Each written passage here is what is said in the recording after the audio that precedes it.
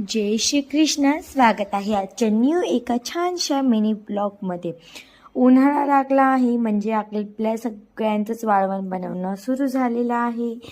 काही जण बनवतात, काहींना माहेरून येतं, काहींना सासरीहून येतं. मलाही माझ्या सासरीवरून येतं, पण मलाही काही गोष्टी शिकण्यासाठी आवडतात करायला, म्हणून मी करत असते. मी छान असं खिरीच्या पापडींसाठी मस्त साबुदाणा भिजवून घेतलेला आणि तो खीर बनवायला ठेवून दिलेले होते. काल वेपर्स बनवून ते घरात वाळू घातले होते, कारण की मी उन्हात जात नाही. कारण की होतं काय ना, उन्हात जर गेलं तर विनाकारण आजारी वगैरे पडतं, म्हणून मग मी घरातच करून घेते. आज मस्त हे छान पूर्ण गोळा करून घेईल आणि उन्हात कागदावरती टाकून येईल. मी अशा पद्धतीनेच करत असते. तुम्हीही करतात का? मला कमेंट बॉक्समध्ये नक्की सांगतात. आणि ना, मला असं वाटतं, एक माझं वैयक्तिक मत मी तुमच्यासोबत आजच्या ह्या ब्लॉगमधून शेअर करू इच्छिते, की प्रत्येक आईला वाटतं की माझ्या मुलीला सगळं यावं, तसं प्रत्येक सासूला वाटत असतं की माझ्या सुनेला सगळं काही यावं. आणि मग भले त्या आपल्याला देतही असतील.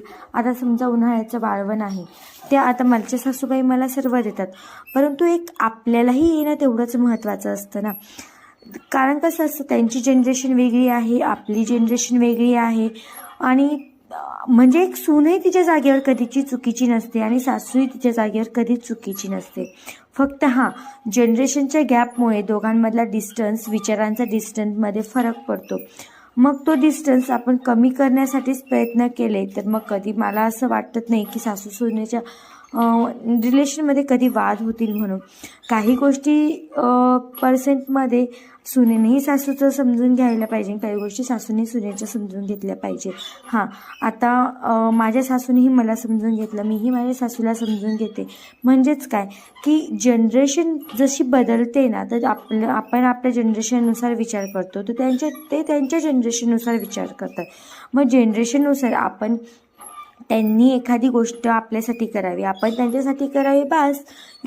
तर असं जर थोडंसं आपण समजून घेतलं तर मला नाही वाटत की कधीही वाद होतील सासू सुनांमध्ये. आता फॉर एक्झाम्पल, आत्ताच्या सुनांना ड्रेस घालून काम करता येतं, साडीवर थोडं अनकम्फर्टेबल वाटतं. तर माझ्या सासूबाईंनी मला स्वतःहून सांगितलं की तुला साडी जमत नसेल तर तू ड्रेस घातला तरी चालेल. आता त्यांना असं वाटत असेल की माझ्या सुनेने सगळं काही माझ्यासमोर छान असं शिकून घ्यावं, तर मीही त्यांचा मान राखून थोडंफार शिकले तर ते वाया जाणार नाही ना. ते कुठेतरी भविष्यात मला कामी येईलच.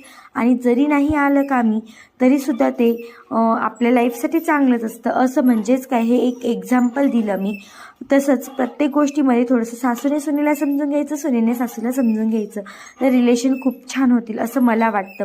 तुम्हाला कसं वाटलं मला कमेंट बॉक्समध्ये नक्की सांगा.